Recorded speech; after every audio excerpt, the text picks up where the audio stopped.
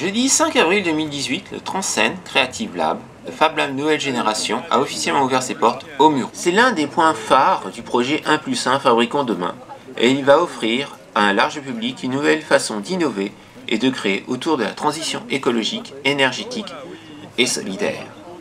Mais, pour comprendre ce nouveau projet et ce nouveau labo, il fallait suivre non pas les élus, mais un robot, à Synergy Lab.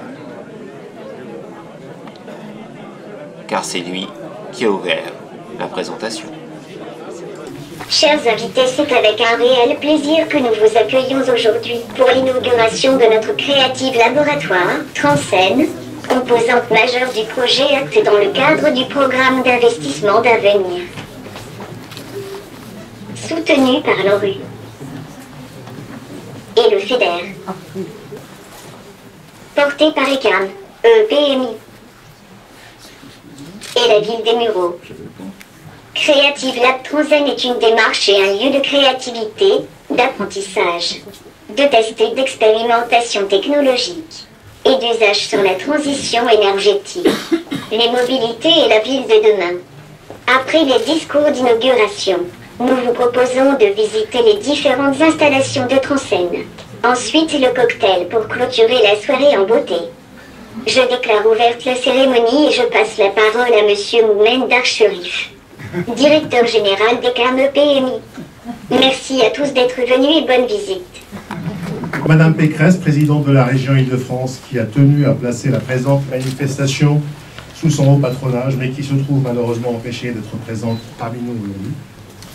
Madame Bérez, députée européenne, qui nous fait l'honneur de parrainer notre inauguration d'aujourd'hui. Monsieur Garret, maire des Mureaux et vice-président de la communauté urbaine Grand Paris Seine-et-Oise. Monsieur Chevassus, voilà, donc président du comité de pilotage CSTI. Monsieur Viau, président de la communauté d'agglomération du Pays de Grasse, représenté par Jean-Pierre Roselot et Christine Monpoix, ici présents. Monsieur Grivel, directeur général de l'Agence nationale pour la rénovation urbaine. Monsieur Molina, président des CAM EPMI. Chers élus, chers collègues, c'est avec une immense joie que nous inaugurons aujourd'hui en votre présence et avec vos encouragements notre nouveau Creative Lab Transcend, un Fab Lab nouvelle génération conçu par les chercheurs et ingénieurs des CAM EPMI et soutenu financièrement par l'Agence nationale pour la rénovation urbaine et le Fonds européen du développement économique et régional. Transcend s'inscrit dans une politique de développement territorial ambitieuse, imaginée et voulue par les élus du territoire pour faire émerger un pôle d'excellence et d'innovation pluridisciplinaire résolument tourné vers les enjeux de la société de demain. Cette ambition fut pour ECAM EPMI la raison de son engagement aux côtés de la Ville des Mureaux et plus généralement de la communauté urbaine Grand Paris Seine-et-Oise. Transcend est également un des éléments clés du plan stratégique des CAM EPMI en matière de projets collaboratifs et de développement multisite. Il se veut à la fois une plateforme d'expérimentation et d'innovation technologique, un centre d'expertise en transition énergétique, habitat durable et écomobilité, une plateforme favorisant l'esprit de créativité et d'entrepreneuriat étudiant, un lieu de sensibilisation et d'ouverture vers les sciences, les techniques et l'industrie, un centre d'échange, de partage et de dissémination des savoirs à l'attention et au profit du grand public.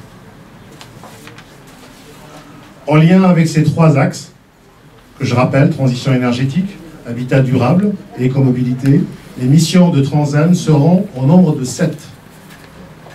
Développer des prototypes et des démonstrateurs, expérimenter de nouvelles solutions technologiques, notamment dans le domaine de la mobilité connectée et autonome, proposer aux entreprises des services d'expertise ainsi que des outils support, développer des formations en ligne sous format MOOC de préférence francophone, animer des sessions de sensibilisation aux sciences physiques et de découverte des technologies émergentes au profit de la société civile en général et des jeunes écoliers, collégiens et lycéens en particulier, organiser des challenges et défis annuels tels que la nuit de l'énergie ou encore les 48 heures de la transformation digitale pour l'industrie de demain. Enfin, organiser des stages de formation de 1 ou 2 jours sur notamment l'impression 3D où est le pilotage des drones à prix très symbolique à l'attention des lycéens. Pour finir, je souhaite remercier les collègues d'ECAM EPMI qui sont à l'origine de ce projet, Ikram El Abbassi et Milka Usinova pour la conception et l'ingénierie du projet, Michel Brisset pour le portage et le pilotage du dossier, Sarah Mondi pour la réalisation technique. Je remercie également l'ensemble des collègues qui ont œuvré pour l'organisation de cette journée, Jean-Michel, Sarah, Nabil, Mehdi, Michel, Oriane, ainsi que nos collègues de Synergie Lab, de la ville des Mureaux et de la communauté urbaine Grand Paris Seine-et-Oise, en particulier Marie-Gabrielle Méry, Marianne Contou, Stéphanie Lejeune, que je n'ai pas vu d'ailleurs, Laetitia Marijou, que j'ai vu tout à l'heure, Patricia Vaché-Terry, Laurent Vincent, qui a beaucoup travaillé avec nous sur les plans, et bien sûr, mon ami François Gary.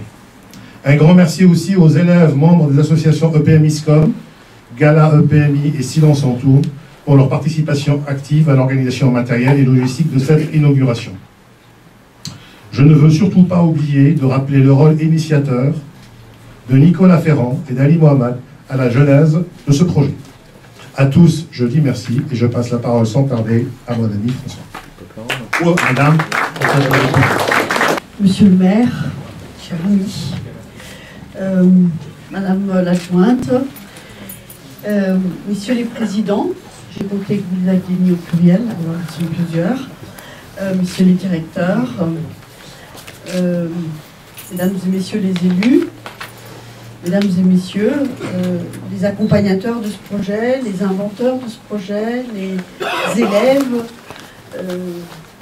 qui y ont pensé, qui y ont contribué, qui allaient en profiter. Monsieur le robot, je ne sais pas si vous l'avez observé pendant que vous parliez, mais il faut faire très attention parce que par moments, sa main se crispe. Alors je ne sais pas si ça veut dire qu'on a dépassé le temps de parole ou si ce qu'on lui dit ne lui plaît pas, mais il est là, il nous surveille. Merci de me permettre de revenir au Mureaux dans ce moment pour ce ruban, parce que inaugurer une réussite, évidemment, pour une équipe municipale, pour un territoire, c'est toujours une grande reconnaissance. Et c'est le plaisir, osons le mot, de se dire qu'au fond, on a rêvé des projets, on a franchi des obstacles. Toutes les autorisations, toutes les énergies à mêler, tous les financements à dégager, toutes les permissions à obtenir, et les dérogations, toutes les projections qu'il fallait inventer. Et chacune de ces étapes, vous tous, vous avez contribué à les franchir. Pour ma part, j'arrive avec la partie la plus facile, vous dire que je suis très contente que l'Europe ait pu apporter de l'argent à ce projet. Mais c'est un bon moment de rendez-vous pour se dire, voilà la preuve, non seulement que l'Europe sert à quelque chose, je pense que chacun vous en êtes convaincu, mais aussi qu'il faut se mobiliser pour que d'autres Fab Labs comme celui-ci, que d'autres Mureaux, d'autres territoires puissent continuer, y compris en France, à bénéficier de ce budget. Parce qu'on est exactement au moment où le Parlement européen attend de la Commission européenne le prochain projet de budget sur les 7 années qui viennent. Et vous le savez sans doute, l'argent dont ce projet a bénéficié à hauteur de 30%, il faut le rappeler, ce n'est pas une petite enveloppe, est aujourd'hui en discussion. Est-ce que demain, on pourra encore bénéficier d'un tel budget pour financer des projets, des petits frères, des petites sœurs du beau projet que nous inaugurons aujourd'hui. Donc vous m'avez fait l'honneur, infime, d'être marraine de cette cérémonie. Je veux profiter de ce titre, en abuser, pour vous dire, nous sommes tous heureux aujourd'hui d'inaugurer ce site. Alors il faut démultiplier, et puisqu'on a reçu, eh bien il faut pouvoir donner. Et dans la manière de donner, c'est aussi de s'assurer que des projets de ce type puissent continuer. Et c'est d'autant plus d'actualité que le Parlement européen souhaite que le prochain budget de l'Union européenne soit à 30% fléchés pour des dépenses en faveur de la transition écologique. Vous voyez que d'une certaine manière, vous êtes ici à l'avant-garde, donc ça vous donne encore plus de responsabilités pour, bien sûr, porter ce projet, le faire vivre, mais aussi nous aider à le démultiplier.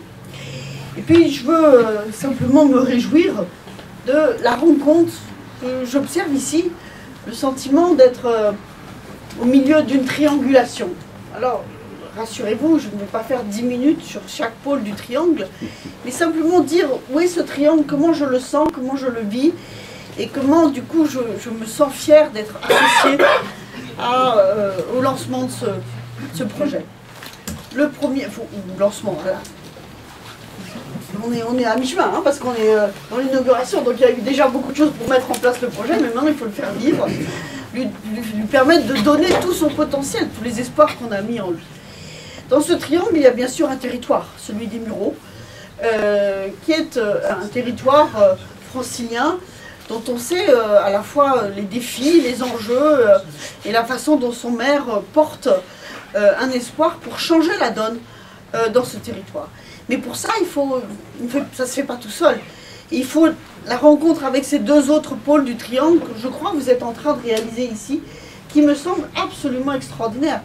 Le deuxième pôle étant évidemment celui de la jeunesse, avec l'école qui manifestement est en infiltration, en inspiration, en initiation, en accompagnement, en parrainage, en tutorat, je ne sais pas quel est le terme exact, peut-être tout cela ensemble, qui fait que finalement ce projet existe et qui fait que des jeunes vont pouvoir ici transformer et être sur un territoire pour porter cette innovation.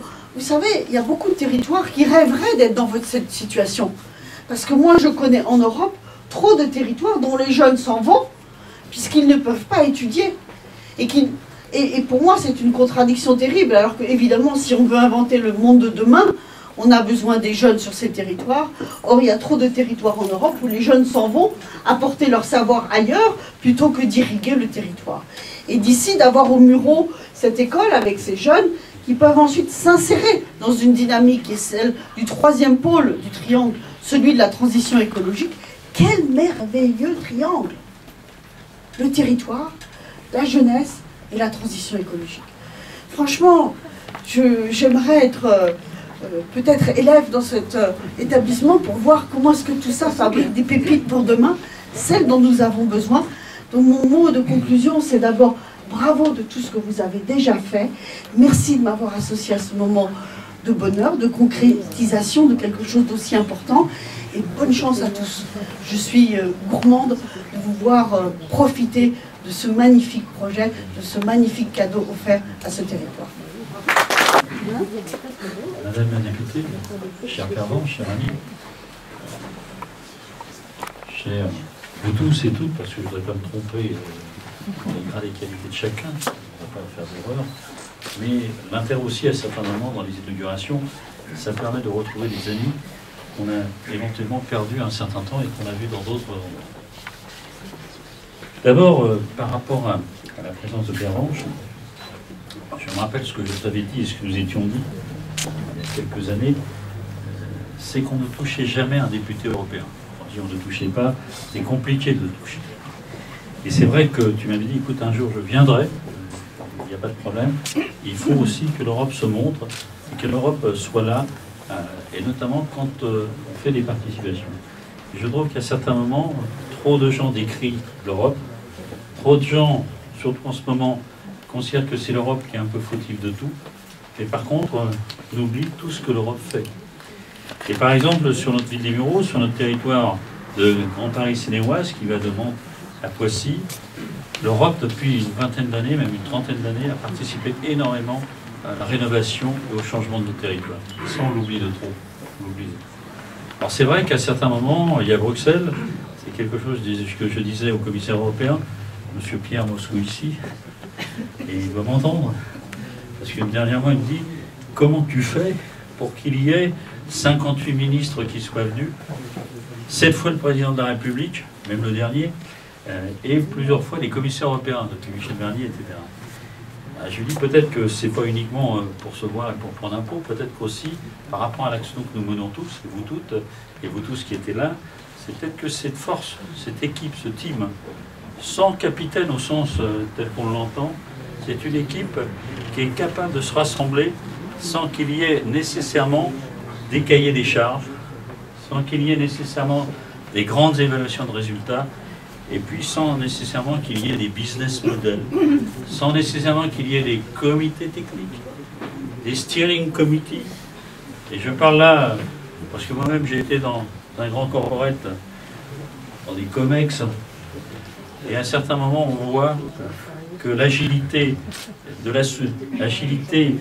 autour d'un bureau, d'un COMEX, n'est pas proportionnelle à l'action sur le terrain. Et donc ça c'est quelque chose d'important. Salut.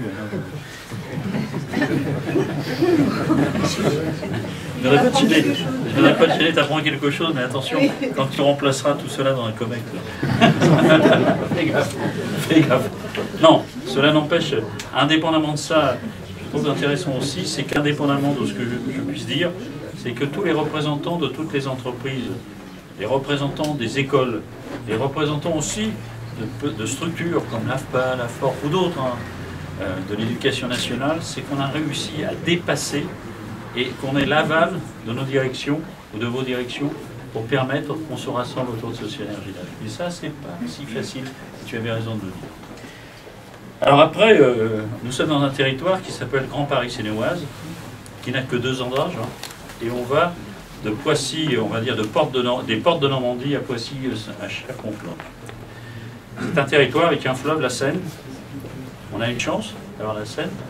On a une chance d'avoir Paris, on va dire à l'est. À l'ouest, la Normandie, et au centre, nous sommes là. Mais par contre, on a eu aussi ce qu'on appelle les villes nouvelles, qui ont été créées par notre ami Delouvrier, je ne sais pas où il est, parce qu'il paraît que c'est lui qui a créé la Cité des Sciences et de la Villette, et qui a fait un rapport en 55, 75. Mais c'est vrai que ces grandes 50 ans en Yvelines, Cergy-Pontoise, à un moment donné, on a mis tout un ensemble de financements, sans s'en rendre compte qu'il y avait d'autres territoires. Et on considérait que ces autres territoires étaient suffisamment et industriellement, ça marchait, mais on s'est rendu compte qu'après, 30 ans après, ça marchait peut-être en moins. Et on a subi, dans des régions comme les nôtres, cette notion d'industrialisation, de désindustrialisation, de migration progressive. Et c'est vrai que les migrations, à la fois, ça peut être un handicap à un certain moment, et ça peut être aussi source de qualité à d'autres moments.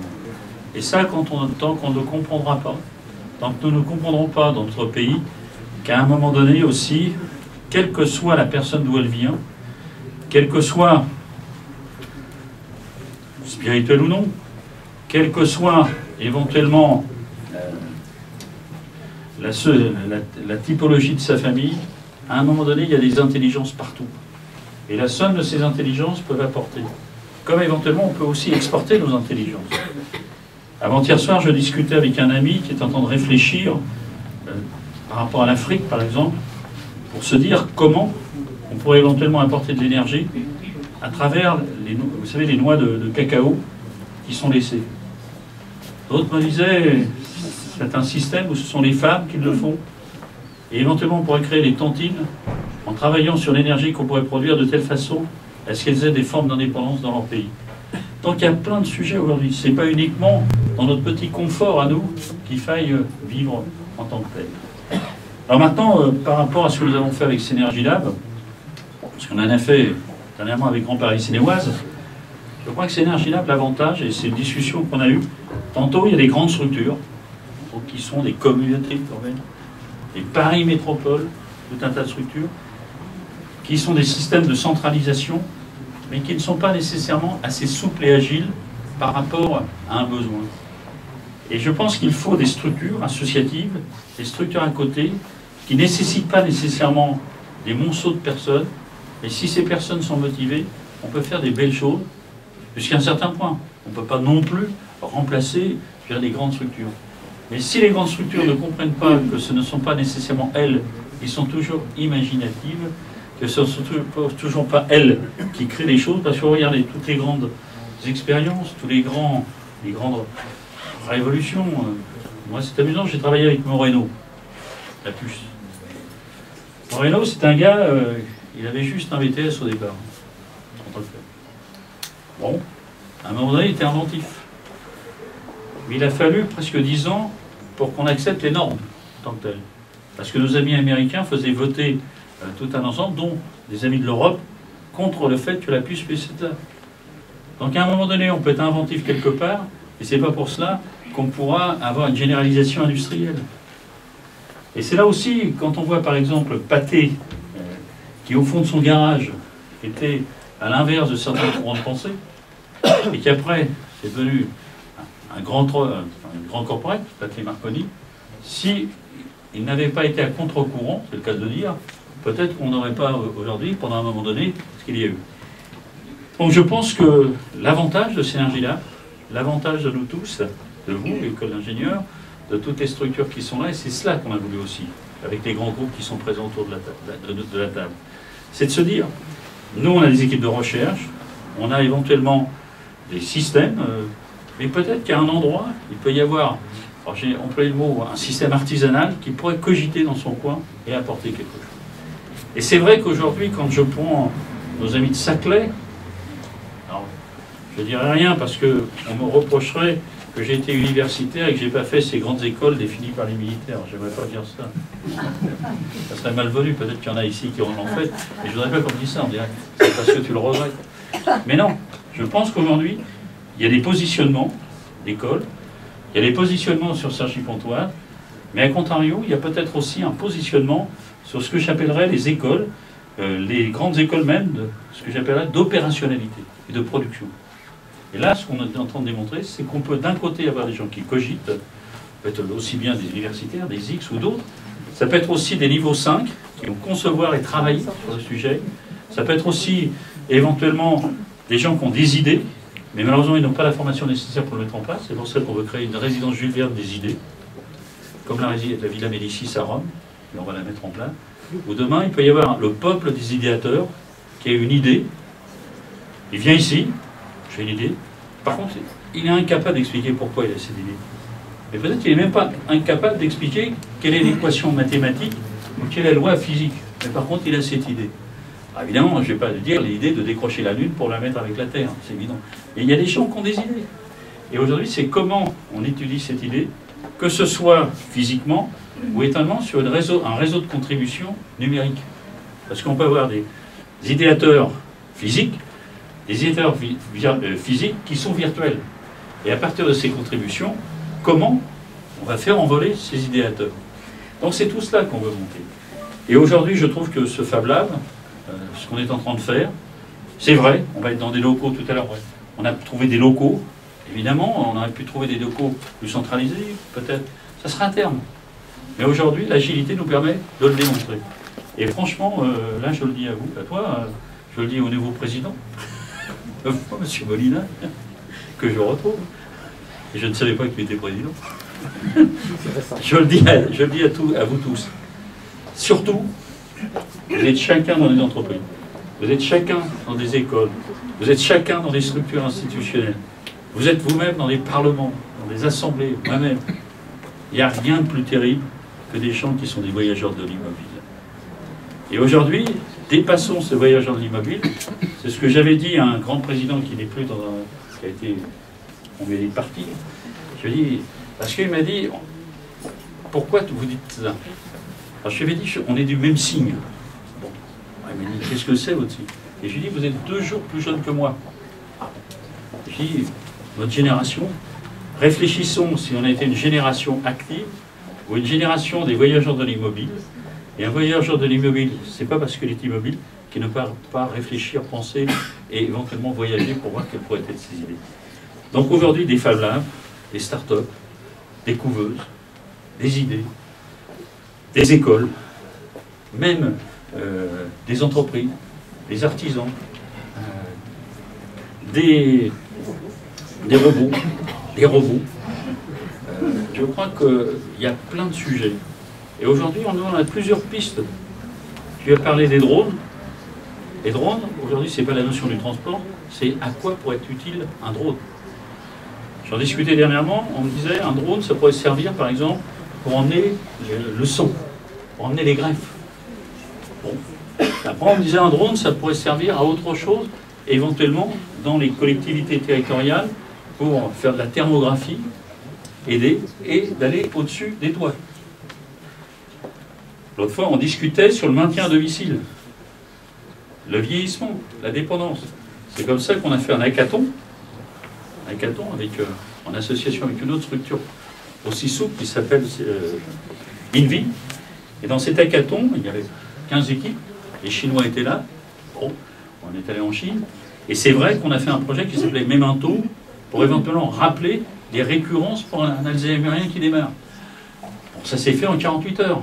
Donc je pense qu'aujourd'hui, il faut, c'est nécessaire qu'il y ait tous ces petits lanceurs, toutes ces productions, et après, c'est aussi à l'entreprise de se l'accaparer pour en faire éventuellement un produit industriel.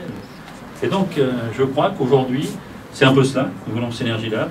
C'est un peu cela que nous voulons aussi développer, d'autres structures, InVie, etc., l'e-sport, on a plein d'idées, hein, la connexion des centres de supervision pour plus qu'il y ait des panneaux passifs sur la sécurité routière, hein, comment on va faire des voitures connectées, pourquoi mettre des panneaux au plan, pourquoi on ne mettrait pas du numérique. Il y a des milliers d'idées. Et d'autant plus que moi je suis de la génération il y a 50 ans, dans lequel on a passé beaucoup de temps à éventuellement savoir si on était des terrassiers et qu'on pouvait utiliser les pavés pour faire pas que du bâtiment en tant que tel. Bon, je me dis aujourd'hui, peut-être que à quoi ça a servi, ça je ne vous le dirai pas, mais par contre peut-être qu'aujourd'hui, on a peut-être à défricher le numérique, on a peut-être à travailler toutes ces pierres que nous appelons éventuellement le coding et tout un tas de beaux mots, et à développer quand même, et à faire attention à la société que nous avons développée. Et on a une responsabilité par rapport à la génération des moins de 40 ans. Vous avez remarqué qu'aujourd'hui, quand on a un peu plus de... Il faut avoir plus de 41 ans, je vais dire plus de 40 ans. On commence à faire vieux, mais on peut être utile. Maintenant, il y a les moins de 40 ans qui semblent vouloir nous pousser.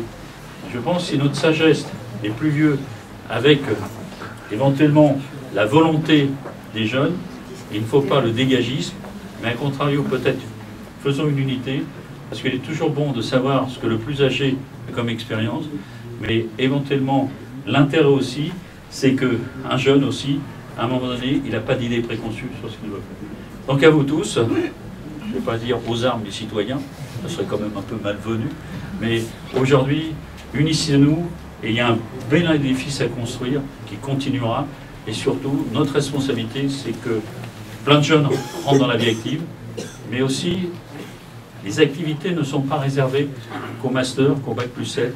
Il faut savoir aussi, et ce matin j'en discutais parce qu'avec des gens d'une structure spatiale qui est au Muro, je ne dirais pas quel est le nom, je ne dirais pas quel est le nom, mais on se dit aussi qu'il y a des métiers de niveau 5.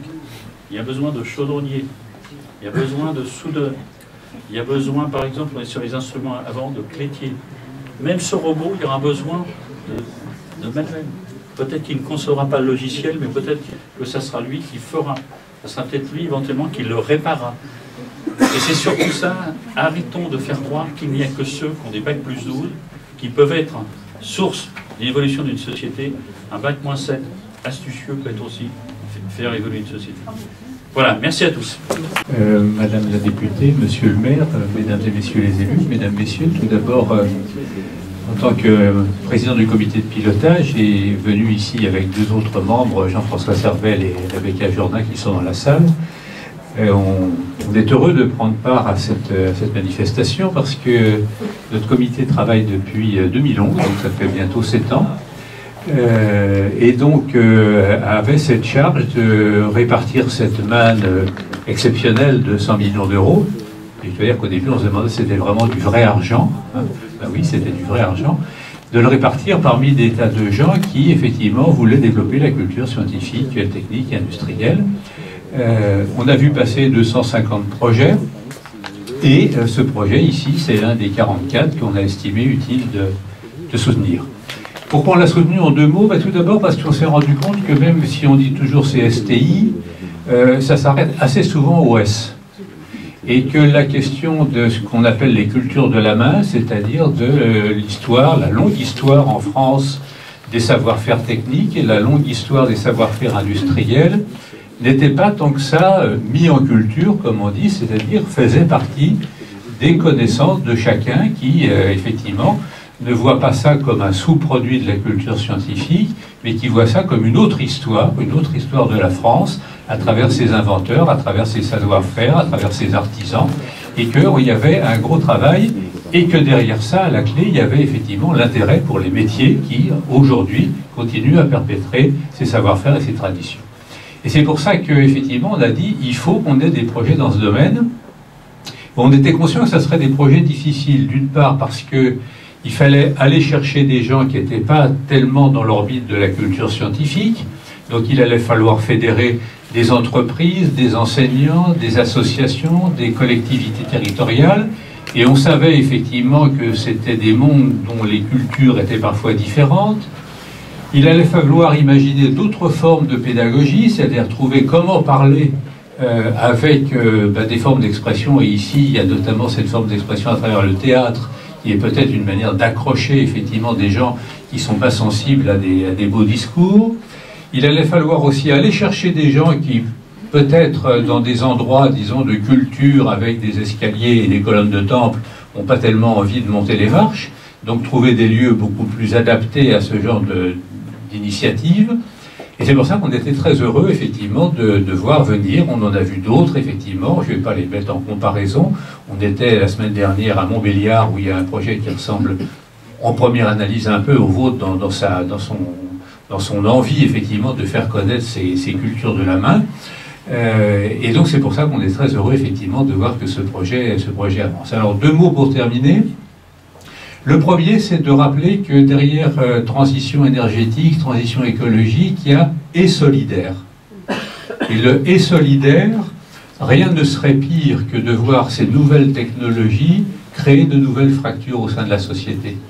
Ce qui veut dire que le fait de dire ces transitions qui vont bouleverser beaucoup de gens, qui vont bouleverser beaucoup de métiers, qui vont obliger à de nouveaux apprentissages, si dès maintenant on ne la pense pas comme un projet collectif et solidaire, eh bien, on a beau appeler ça des technologies vertes, hein, eh ben, c'est pas ça qui résout le problème. Autrement dit, le fait dès maintenant de dire et que chacun s'approprie qu'est-ce que c'est que ces nouveaux métiers, ces nouvelles technologies, on a beau dire que c'est renouvelable, on a beau dire tout ce qu'on veut, si c'est pas solidaire, eh bien, ça ne sera pas de vraie transition durable, ça ne sera pas du développement durable.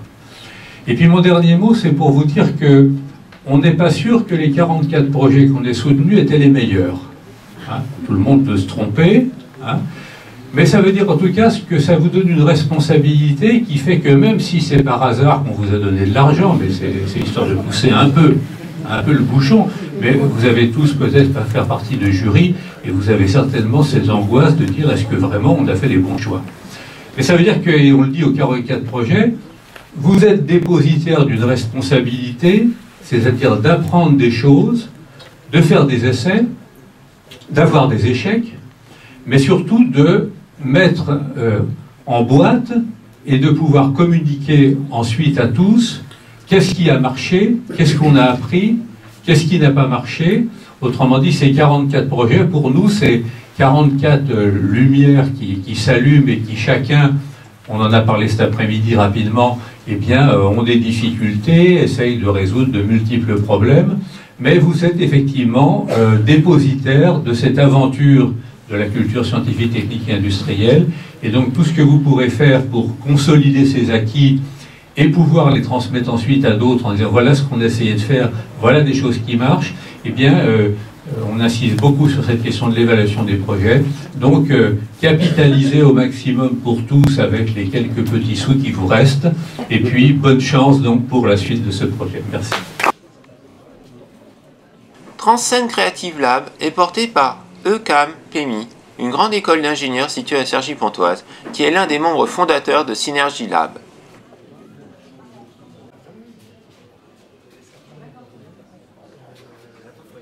De nombreux étudiants de cette école d'ingénieurs étaient présents d'ailleurs lors de l'inauguration, afin d'animer ce lieu nouvellement ouvert.